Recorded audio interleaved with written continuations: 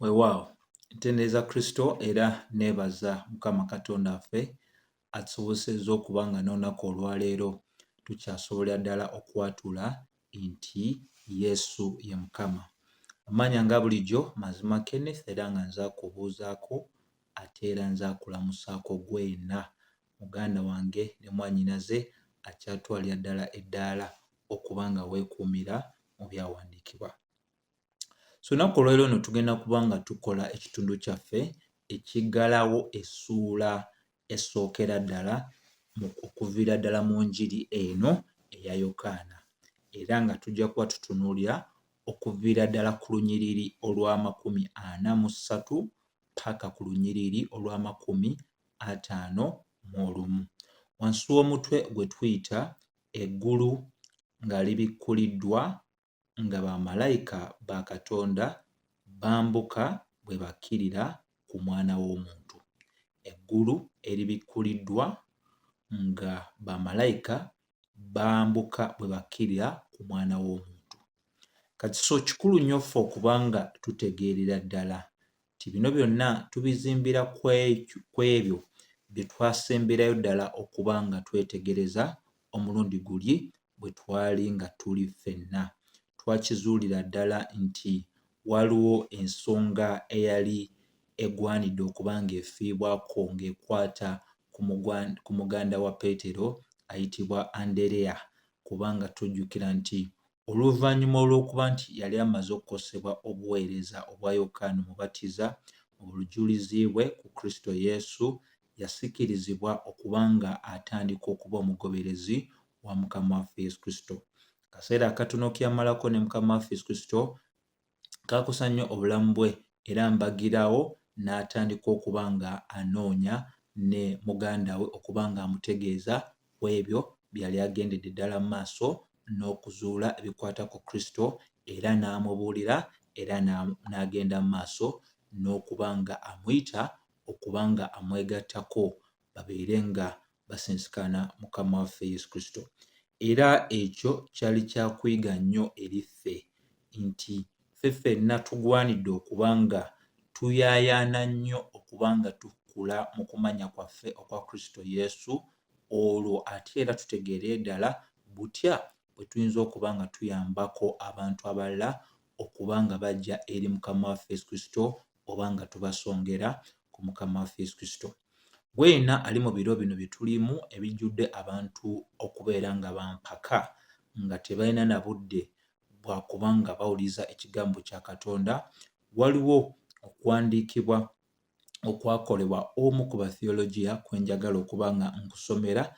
Nsuubira nti kujja kuba nga kukuyambira ddala okutegeera lwaki ggwe nange tugwanidde okuba nga tetussa mukono ku nsonga ey'okubuulira ki enjiri. Okuwandiika kuno kugamba nti tetusobola kukaka muntu yenna kuwulira bubaka bw'atategekedde kufuna. Tetusobola kukaka muntu yenna kuwulira bubaka bw'ateetegekedde okufuna. Wabula tetuyina kubeera nga tuyisaamu amaaso amaanyi ag'okusimba ensigo y'ekigambo kya Katonda. Nti weewaawo abantu bayinza okuba nga si beetegefu okuba nga bawulira obubaka obukwata ku Kristo Yesu, naye ate tetuyina kubeera nga tugenda maaso n'okuyisaamu amaaso ensonga ey'okubuulira ekigambo ekya Mukama waffe Yesu Kristo. Tosobola kumanya biki ebiyinza okuva mu ekyo, nti bwe bagiba bagigaanye naye mu kuba nti bagiwuliddeko tosobola kutegeera kiyinza okuba nga kinaddirira oluvannyuma olw'ebigambo bye bayinza okuba nga bakoze batya nga bawulidde. Era kikulu nnyo ffe okuba nga tutegeerera ddala nti Katonda mwene y'aganya ensigo okuba nga ekula. Ogwaffe wagenda mu maaso n'okuba nga tusiga ensigo eyo ey'ekigambo kya Katonda mu bwesigwa, era ebiva mu ekyo kye tuba tukoze tubireka mu mikono gya Katonda n'akola nga bw'aba asiimye okukola. So emboozi gye tugenda okuba nga tutunuulira olunaku olwaleero teyina ngeri yonna gye yandigenze mu maaso n'okuba nga etegeerebwa owatali emboozi eri gye twagendera ddala mu maaso n'okuba nga tukola tutya nga tulaba yali ekwata ku kwanukula kwa Andereya eri okubuulira okwa Yokaana oba okujulirwa okwa Yokaana. So kitugenda okuba nga tukola tugenda kuba nga tusoma ekyawandiikibwa ng'ate era bwe tukola ki bwe tunnyonnyola. Bw'oba otunuulidde olwana-mu-3 Bayibuli bw'eti bw'egamba mu ssuula esooka, olunaku olwaddako yayagala okuvaayo okugenda e Ggaliraaya n'alaba Firipo. Wano ensonga enkulu ey'okuba nga tutegeera oba nga twekkaanya mu bukulu obwa bino ebiri mu kyawandiikibwa kino na lwaki kirabika nga bwe kirabika, kikulu nnyo ggwe nange okuba nga tutegeera nti okusalawo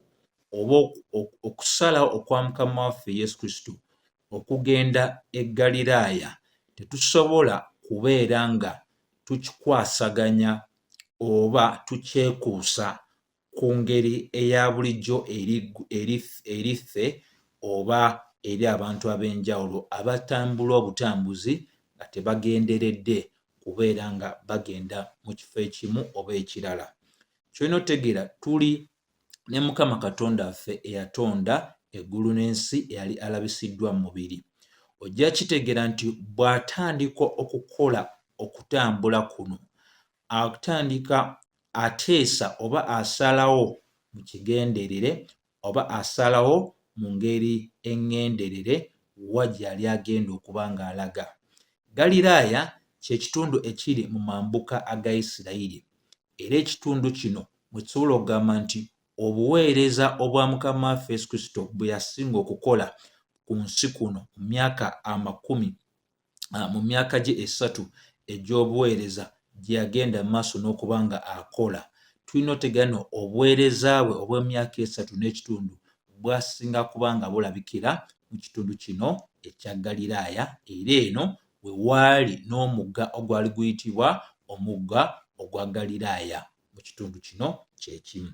So bw'agamba nti oba bwe yayagala okugenda e Ggaliraaya kyali kigenderere era yalina ensonga lwaki yasalawo okugenda e Ggaliraaya. Akatundu akookubiri kakulu nnyo kakuba nga tutegeera nti yayagala okuvaayo okugenda e Ggaliraaya. Okitegeera nti obukulu bw'ensonga bwe bw'okutegeera nti Mukama waffe Yesu Kristo amanyi abalonde be yonna yonna gye babeera oba wa gye bawummuliza obulamu bwabwe. Katundu akaddako ne kagamba nti n'alaba Firipo. So kati wano wakulu wa kutegeera nti mu njogere ya bulijjo tugamba nti ninsensikana Yesu oba nasesensikana Yesu, naye ey'oluzungu ekozesa nti and he found, mu Luganda egamba n'alaba.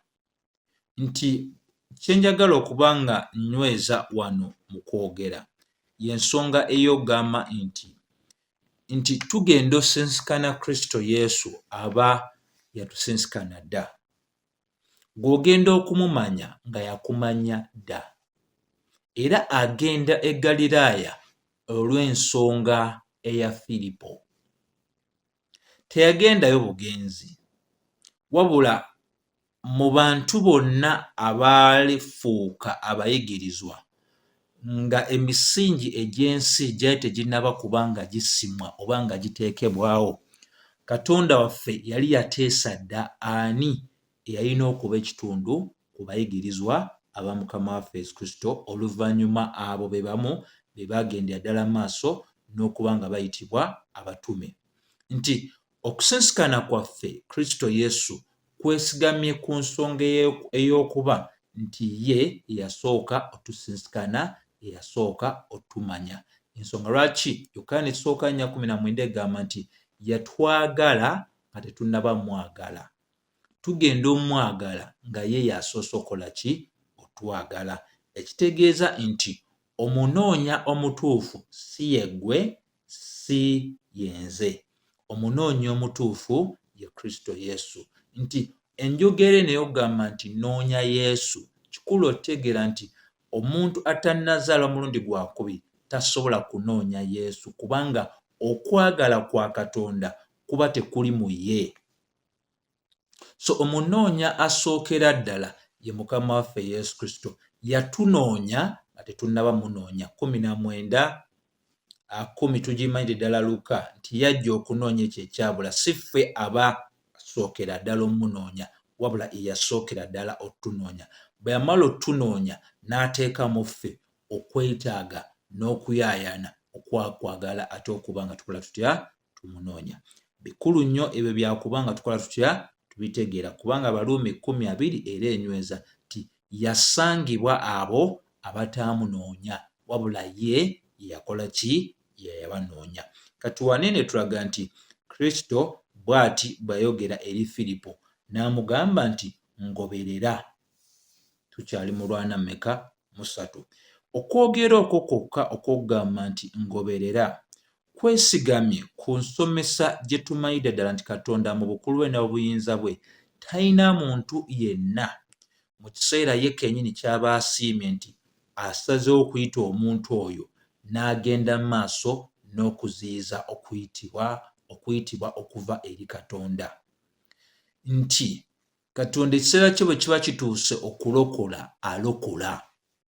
Teri oyo atannaba kulokolebwa ne kibeera nga kituuse kiseera nga kye kiseera ekya Katonda okuba nga ayita omuntu oyo okujja gy'ali, omuntu oyo n'atajja, kiringanga kufa.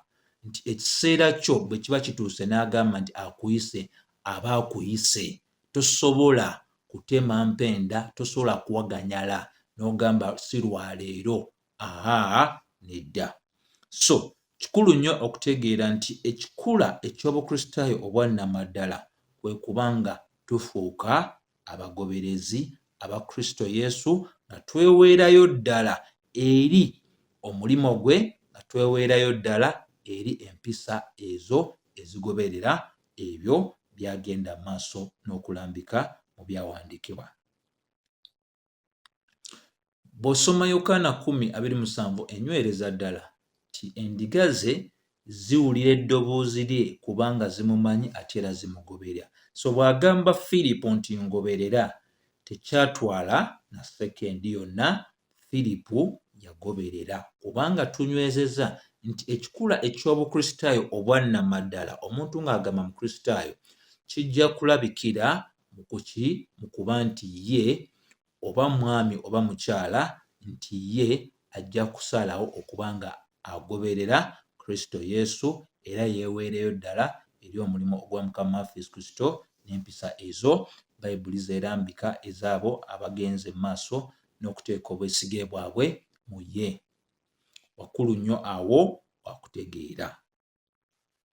So n'ekirala kye njagala okuba nga nywereza ddala nga kikulu nnyo lwe Lwana 4 olugamba nti naye Firipo yali we Besusayida mu kibuga kya Andereya ne Peetero.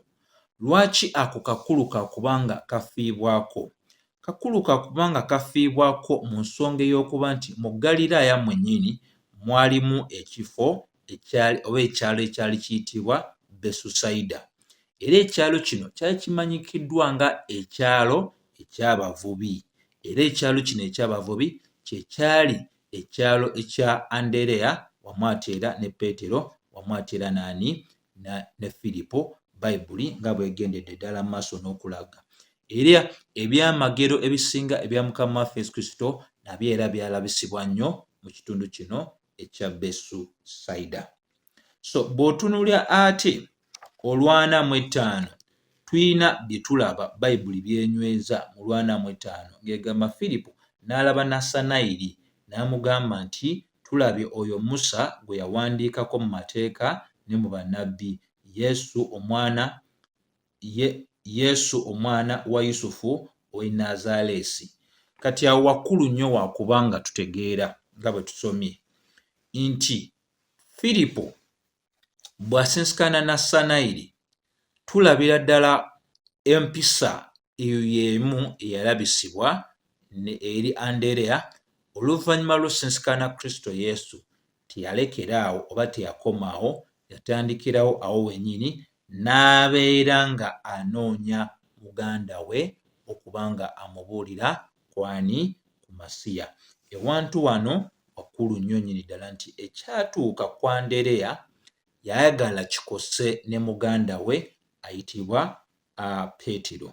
Tulaba wano ensonga y'emu ekolebwa Firipo nti bw'amala okubeera nga yali asinsikaniddwa Mukama waffe Yesu, ate naye agenda n'anoonya mukwano gwe ayitibwa Nasanayiri.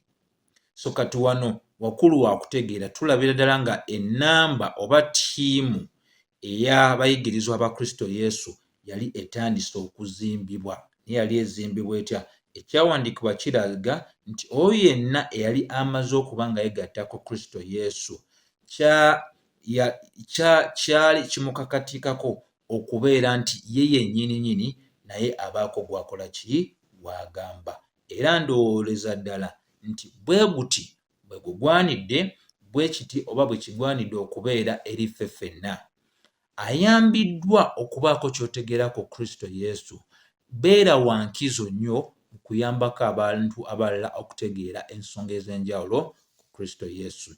Kubanga tumanyidde ddala nti gwena ali okulaba oba awuliriza obubaka buno, wayambibwako omuntu okuba nga otegeera Kristo Yesu, omuntu oyo bwe yajja n'akubulya enjiri ya Mukama waffe Yesu Kristo. So bwe kityo bwe kisuubirwa nti ffe ffenna abayambiddwako abalala, naffe tugwanidde okubeera nga twenyigiramu mu kubanga ate tumanyisa abalala ennyo ku Kristo Yesu. So ekyo kye tulabira ddala wano. Era kikulu nnyo okuba nga tutegeera nti Firipo nakyo ate era kitumuyigako tiyalina okumanya okw'ebyawandiikibwa okusingira ddala eby'endagaano enkadde, nti gwena anaajulira obulungi ate era nakuganira okuyiga kino okuviira ddala kwani? Ku Firipo, okubaako n'okumanya kw'ozimbamu ggwe okukwata ku ki? Ku byawandiikibwa. Era wano n'akalala ke njagala tubeere nga tutunulya, ey'Oluzungu egamba we have found, naye ate ey'Oluganda egamba nti Firipo n'alaba Nasanayiri n'amugamba nti tumulabye. Kati ekigambo ekyo tumulabye ojja kwebuuza kiva ku ki? Kubanga tulaba Yesu bw'agenda e Ggaliraaya asinsikana Firipo, tasinsikana abantu bangi, wabula Firipo n'amugamba ngoberera. Kati kijja kitya nti Firipo bw'ajja eri Nasanayiri amugamba nti tumulabye? Kyolina okuba nga otegeera nti enjogera eyo ey'omu bungi tumulabye etegeeza akabinja akaabo ab'emikwano, omuli Andereya, omuli Peetero, omuli n'ono Firipo kaakano ali okwogera n'ani? Ne Nasanayiri. Nti Firipo agenda okujja eri Nasanayiri, tukkiriza obagaana, yali yamaze dda kati okutegeera nti Andereya ne Peetero baali bamaze okutegeera ku muntu ono. So y'ensonga lwaki Bayibuli egamba nti tumulabye oyo Musa, nti bo ng'ab'emikwano baali bamaze dda ofuna okumanya okw'oyo Musa gwe yali yawandiikako mu mateeka. Era kirowoozebwa nti ono ayitibwa Nasanayiri y'oyo omu alabikira mu Matayo essuula y'ekkumi mu bayigirizwa aba Kristo Yesu aba Yesu Kristo ayitibwa Bartholomew. Bw'oba osomye Matayo essuula y'ekkumi olunyiriri olusooka paka olwokusatu, ate era n'osoma ne Yokaana 21 essuula ya 21 olwokubiri n'olwokusatu. So bwe tujja mu 46 tulaba okwanukula okwa Nasanayiri. Bayibuli etulaga nti n'ayanukula n'amugamba nti mu Nazaaleesi muyinza okuvaamu ekintu ekirungi. Kwe kwali okwanukula okwani? Okwa Nasanayiri eri ebigambo ebya Firipo. Sigaanye era obubaka bumpadde busiimye, naye ekibuuzo kyange kiri nti mu Nazaaleesi musobola okuvaamu, muyinza okuvaamu ekintu ekirungi? Okitegeera nti enjogera eno eya Nasanayiri kikulu nnyo ffe tubeere nga tutegeera nti Nazaaleesi nakyo kaali kabuga mu Ggaliraaya, wabula ebyawandiikibwa bitulaga mu Yokaana essuula eya 21 olwokubiri n'olwokusatu nti ye Nassanayiri yali ava mu Kaana ekyali mu Galiraaya, nti ennyanukula ya Nassanayiri yali teyawukanako ne ku nnyanukula yonna ey'abo abaali basuubira okuba nti bakenkufu oba balina okumanya. Kubanga bw'osoma Yokaana 7:52 tulaba nti Yesu bwe yali agenze maaso n'okuba nti Abafalisaayo bamwegezaamu okumukwata, Nikodimasi yali yamusensikanyeeko mangu nnyo, yabagamba nti amateeka gaffe tegatukkiriza kubeera nga tutandika okusalira omuntu omusango nga taweereddwa kyansi yakweyogerako. Ne balyoka bamugamba okimanyire ddala bulungi nti mu Nazaaleesi temuvangayo ani nabbi yenna. Wabula kikulu nnyo okubanga tutegeera nti ebyafaayo biraga nti omuntu nabbi ayitibwa Yona, Hosaya, Nawumu ne Elijah amu ne Elisha kigambibwa nti baali Bagaliraaya.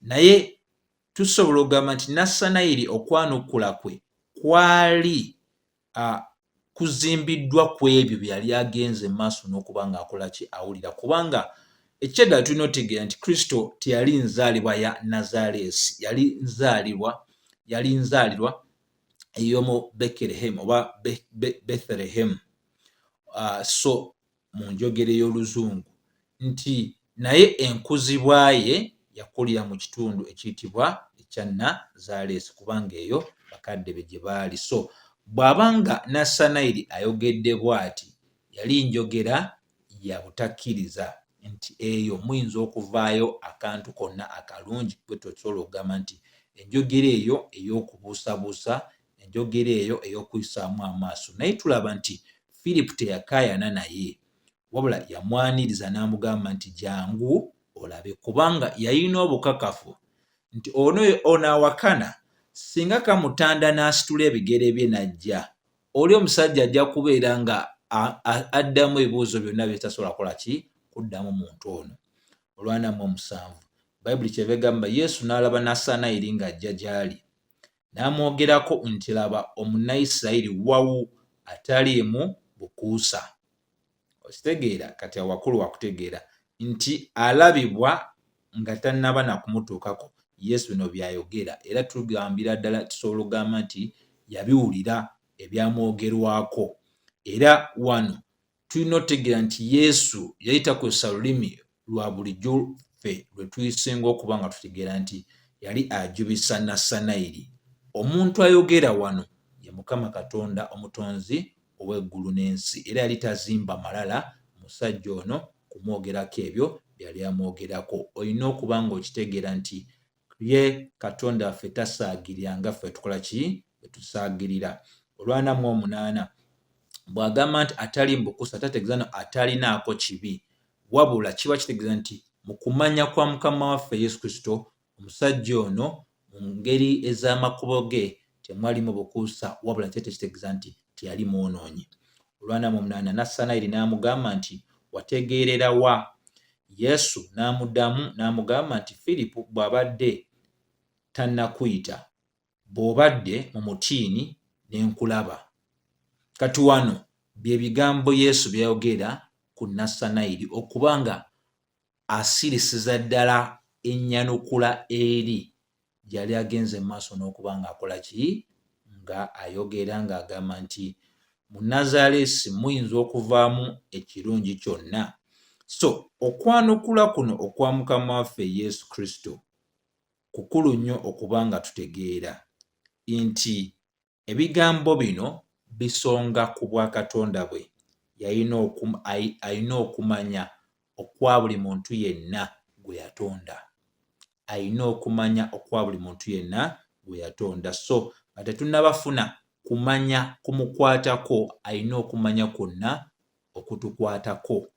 Awo tugambira mmwe mwenna abagamba nti Yesu si Katonda, mulina kubeera nga mwekubamu ttooki era mwebuulize ddala lwaki mugaana nti Yesu si Katonda, kubanga okumanya kuno kwa bwa Katonda.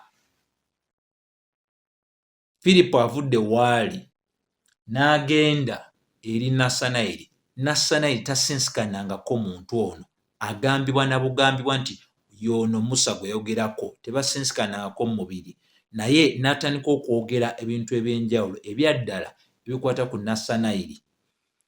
Katulabe oba Nasanayiri yasigala kyekimu. Bayibuli etulaga mu 49 Nasanayiri n'amuddamu nti laba gwe mwana wa Katonda, gwe kabaka wa Isirayiri. Nasanayiri okumanya Kristo kwe yakozesa okubanga amunnyonnyola ye yaani, kwagendera ddala mu maaso ne kukuba ebituli ne kubotola ekyo kyonna ekyali kiyinza okuba nga kyakuyisaamu maaso, kyakunyooma, kyabutakkiriza ekyali mu Nasanayiri. Nga bonna beepanga nga bagamba nti nze bwe ndifa nnyimira maaso ga Katonda ndimubuuza kino ndimubuuza kiri, alina okunnyanukula kino kiri. Teri n'omu alibuuza kibuuzo kyonna. Bw'olimulabako bw'oti ebibyo byonna bijja kuba bikomye. So wano era tulabira ddala nti okumanya kuno kwalaga Nasanayiri nti yali amumanyi nnyo n'okusinga bwe yali yeemanyi.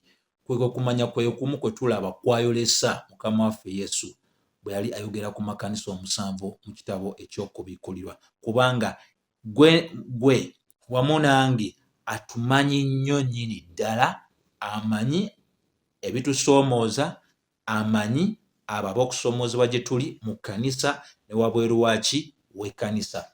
Ekyo kikulu kyategeera nti gwe wamu nange tulina okuba nga tuwummulya ne mu kumanya okwo kwa Mukama waffe Kristo. Teri kantu konna kosobola kugamba nti kasoomooza gwe nange katamanyiiko. Emitawaana gyaffe gyonna agimanyi. So leero busobola okuba bwe buti ne tusategeera ki kyakuteesereza enkeera, kubanga tewali gwe nange kituyitamu Mukama waffe Yesu Kristo kyatamanyidde ddala. Bikulu byategeera. So wano tulabira ddala okwanukula okwa Nasanayiri yali amaze okuba nga agonzebwa, era agamba nti gwe musomesa, gwe mwana wa Katonda, era gwe kabaka wa Isirayiri. Kino oba bino biringa nga bwe biri, kubanga tujjukire ddala nti yali amaze okuba nga akosebwa.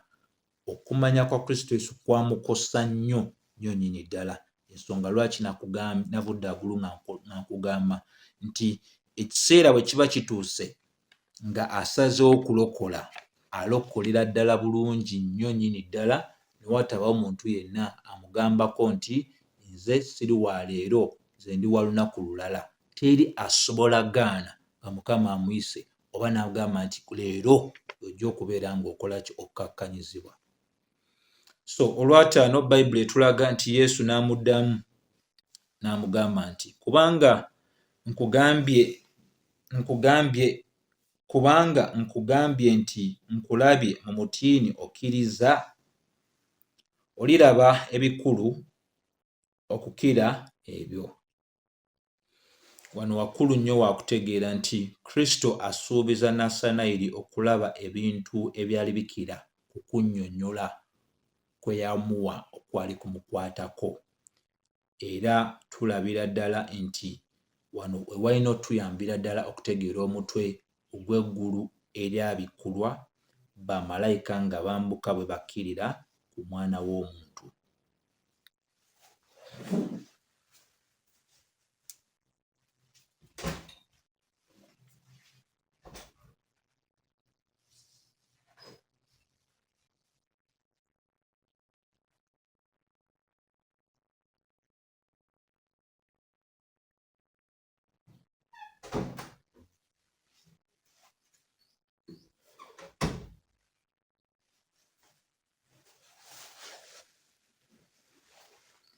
So awakulu nnyo wakuba nga tukola tutya, tutegeerera ddala nti wano watuyambira ddala okutegeera obukulu buno obw'ensonga, kubanga byonna bye tulabye bibadde byatuteekerateekera ddala okuba nga tutegeera amakulu g'omutwe bwe tuli okutunuulyako. So ng'oggyeko obujulizi obwa Yokaana Omubatiza ku Kristo Yesu nga alangira ng'agamba ono ye Masiya, Kristo alaga nti waaliwo ate ebyali bimusongako ennyo nnyini ddala, nti ekyo kyennyini kye yali era nga byali bisukkuluma ye okutaputa n'okuwa okumanya okw'enjawulo Nasanayiri ku ye y'ani. So bw'oba obuuza bye biriwo ebyo, kikulu nnyo ffe okuba nga tutegeera nti olwa 5:1 lugamba nti n'amugamba nti ddala ddala n'amugamba nti ddala ddala. Kati awo wakulu wakutegeera nti enjogera eya ddala ddala erabikira mu njiri eno yokka eya Yokaana, era Abayudaaya kigambibwa nti bwe banga baakunyweza ensonga baddiŋŋana emirundi 2, naye enjogera eno ey'okuddiŋŋana ekigambo kino ddala ddala, ebiseera ebisinga mu Bayibuli tulaba nga enjogera bw'eti ekozesebwa Kristo Yesu yekka, ekitegeeza nti anyweza kyayogera nga akiddamu omulundi ogwokubiri. So tulaba Bayibuli n'egenda mu maaso n'amugamba nti muliraba. Kati ye Nasanayiri ne Firipo basuubizibwa nti baliraba ebikira. Ku ebyo bye baliraba ebinaakira oba ebikira ku kumanya kwe yagenda mu maaso n'okutegeeza okukwata ku Nasanayiri mwe muli bino wammanga: bamalayika eggulu nga libikkuse ne bamalayika ba Katonda nga balinnya bwe bakkirira. Wano wakkulu wa kubeera nga tunywereza ddala bulungi nti Kristo Yesu ebigambo by'ayogera wano eby'abamalayika nga balinnya bwe bambuka biviira ddala mu lubereberye essuula eya 28 olw'12. Naye wano ate era kye njagala tubeere nga tutegeera nti bw'oba ng'osomye Bayibuli nga weekkaanya okuviira ddala mu Matayo paka mu njiri eya Yokaana, bamalayika ba Katonda balabisibwa emirundi 10 oba okulabikako kwabwe bw'oba okugassa wamu balabisibwa emirundi 10. Naye ku egyo emirundi gyonna 10 tolina wolaba eggulu nga libikkuse nga bamalayika balinnya bwe bakkirira, tolina bw'okiraba.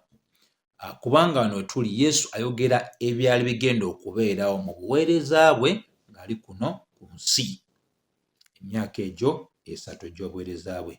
Era tulina akabinja ak'abantu abatera okwesa nnyo enjogera eyo ey'okugamba nti jangu mu saaviisi ey'eggulu nga libikkuse, jangu okolere wansi w'amafuta aganaaganya eggulu okuba nga libikkuse, be tuyita ba New Apostolic Reformation. Ebyo byonna bya bulimba. Eggulu eribikkuse tutegeera wano ligenda kukolera wansi wa muntu omu yekka ayitibwa Masiya oba Kristo Yesu. So watali kumala budde, kikulu nnyo okutegeera nti Yokaana 1:5 terina kutegeerebwa nga ekyo Yesu kyali ayogerako okuba nti kyali kigenda kubeerawo mu buliwo. Ng'omuntu abeere awo, Firipo wamu ne Nasanayiri balabe eggulu nga lyebikkuse nga bamalayika bambuka bwe bakkirira, ekyo kyali tekigenda kubeerawo mu buliwo. Wabula luno lwali lulimi olwali lusonga ku kintu ekiyinza okuba nga kyefaananyiriza w'ekyo. Era mu ekyo bw'agamba eggulu eribikkuse nga bamalayika bambuka bwe bakkirira ku Mwana w'Omuntu, obukulu obw'ensonga bwa kubeera nga tutegeera nti eggulu okuba nga libikkuse, bamalayika nga bambuka bwe bakkirira oba balinnya bwe bakkirira ku Mwana w'Omuntu, ye ensonga Kristo gye yanyweza ng'ayogera ne Nasanayiri nti kino eky'engeri ng'eno kikiikira okulaba, kikiikira ebyo ebikira. Okitegeera ekyo kikiikira ebikulu ebikira biri byonna byali agenze mu maaso n'okuba nga ayolesa okuyita mu kumanya kwe. So kikulu okutegeera nti bamalayika okwambuka eggulu eribikkuse ne bamalayika nga balinnya bwe bakkirira ku Mwana w'Omuntu, kino kyali kyakubeera nga kibeerawo mu kaseera ke kamu. Eggulu libikkuse, bamalayika balinnya bwe bakkirira ku Mwana w'Omuntu, emyaka gyonna 3 egy'obuweereza bwa Kristo Yesu kino kye kyali kirina okuba nga kibeerawo. Era kino kyali kisonga ku nkolagana ey'amaanyi etaliiko kigiziyiza wakati w'omwana ne kitaawe ali mu ggulu. Enkolagana ey'amaanyi wakati w'omwana ne kitaawe, ng'era enkolagana eyo terina nsonga yonna egiziyiza okuba nga egendera ddala mu maaso n'okubawo. Ensonga lwaki? Nti bino bikulu byategeera nti Kristo bw'aba nga alina enkolagana ey'amaanyi eyo eweereddwa omukisa etaliiko kintu kyonna kisobola kubeera nga eziyizibwa. Ekyokutegeera kye kitegeeza eggulu eribikkuse, bamalayika nga balinnya bwe bakkirira.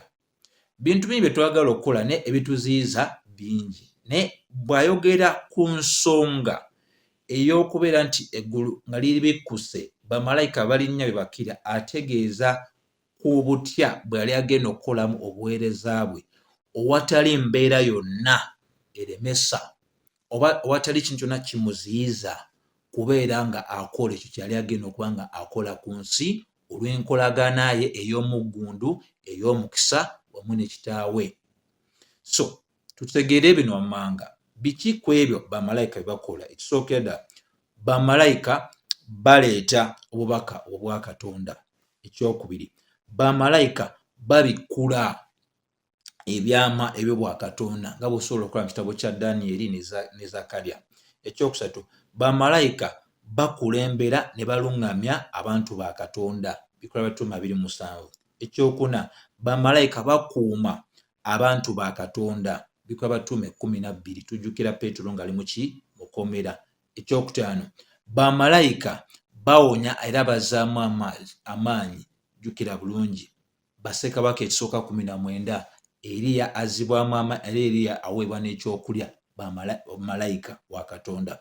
So wano wenjagala tubeere nga tutegeera ddala nti malayika zikola byonna bye zikola nga tezeesigama ku maanyi gaazo, wabula zeesigama ku maanyi ga Katonda kubanga zikolera Katonda ali waggulu waazo zonna. Tutegeeza malayika ez'obwa Katonda oba tutegeeza malayika eziweereza Katonda, tetwogera ku ezo ezaagwa.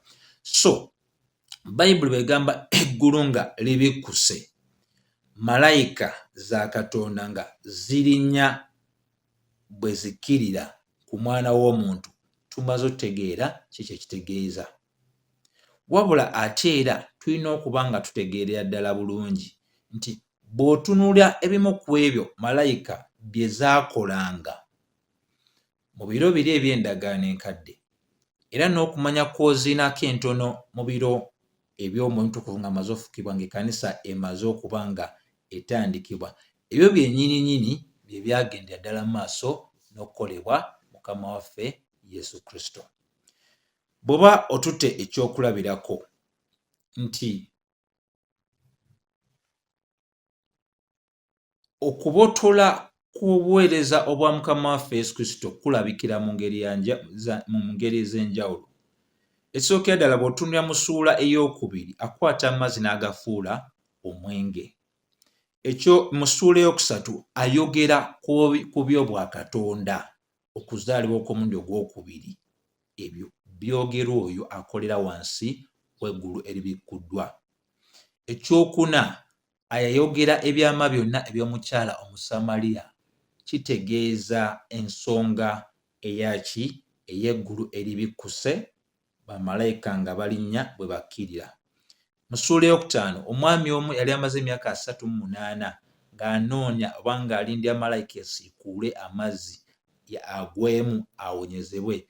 Yesu alaga nti akolera wansi w'eggulu ebikola ki eribikkuse, zimalayika zirinnya bwe zikkirira, nti omusajja oyo yamuwonya wataali kulinda malayika yenna.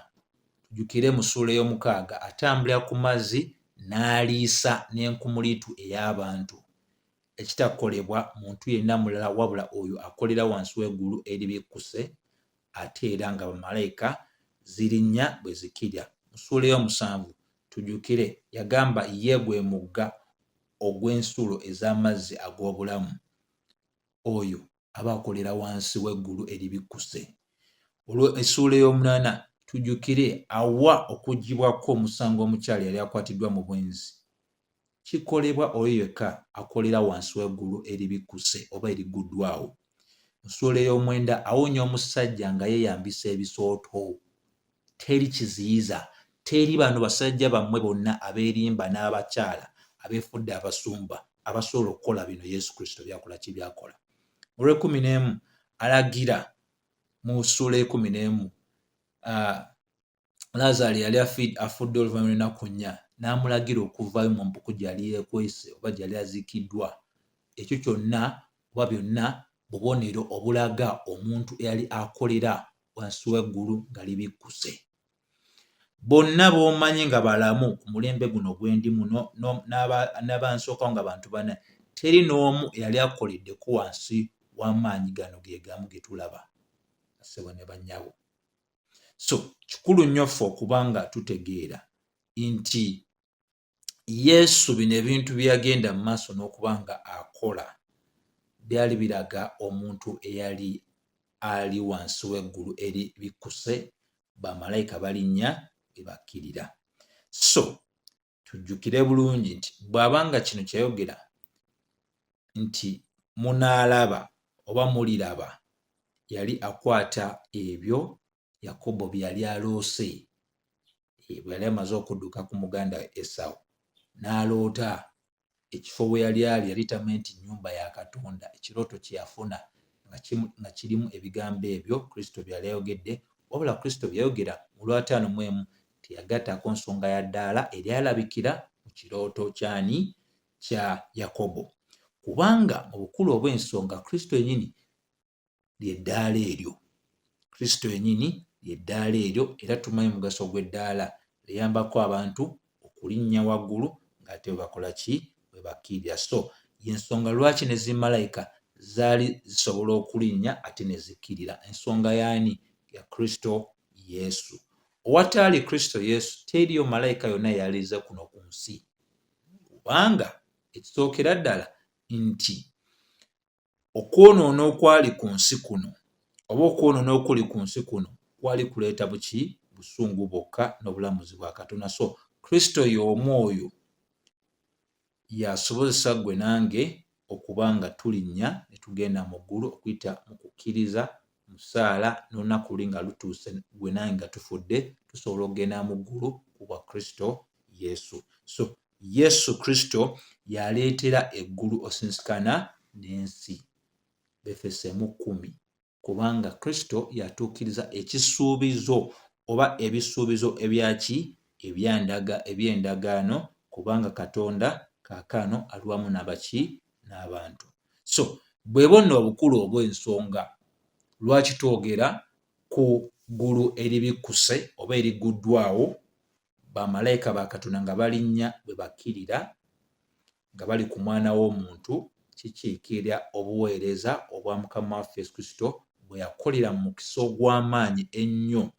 Bwe yali ali wano ku nsi waali teweetaagisibwa malayika yonna okukola ebintu bye zaakolanga mu ndagaano eri. So bikulu nnyo byakuba nga tukola tutya? Nga tutegeerera ddala nti ne bwe zaali ziri wano zaali tezeeweereza, wabula zaali zikola omulimo ogwali guzitumiddwa okukola, ng'era ebyo byonna zaali ziyambako abo abaali bagenda okufuna mulimu Mukama waffe Yesu Kristo gwe yali agenda okuba ng'akola. So sobola kuba nga nsukkako wano, wabula okugamba nti malira ebiseera bingi okusoma ebyawandiikibwa n'okubyekkaanyiza ddala. Muve mu bulimba, muve mu kulimbibwa, musembeze amazima ga Bayibuli, kubanga ge gajja okuba nga gakola ki? Gabafuula ab'eddembe. Weewaawo, amiina.